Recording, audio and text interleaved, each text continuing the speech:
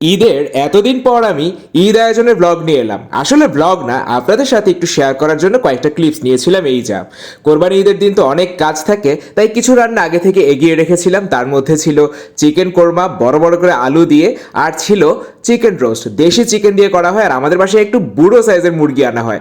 বড় মুরগি দিয়ে রোস্ট রান্না করলে অন্যরকম একটা স্বাদ আসে। ঝাল ঝাল করে মাখো মাখো করে রান্না করা হয়েছিল, পোলাও দিয়ে দারুণ লাগে।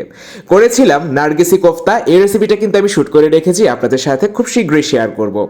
ছিল দুধ পোলাও, ঝরঝরে দুধ পোলাও, এই রেসিপিটা আমি আপনাদেরকে দেখিয়েছি। পারফেক্ট ঝরঝরে পোলাও কিভাবে রান্না করা হয় তার রেসিপি।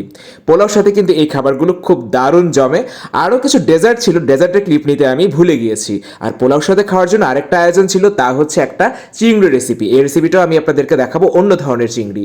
তাওয়া কাবাব ছিল, সাথে ছিল শাহি পরোটা, আর ছিল একটা রায়তা, যেটা হজমে খুব ভালো করে, খুব সিম্পল ভাবে তৈরি করা। সাথে সালাদ, ড্রিঙ্কস, দই মিষ্টি, এগুলো তো ছিলই। আপনাদের ঈদে কি ছিল আমাকে জানাতে ভুলবেন না। ধন্যবাদ।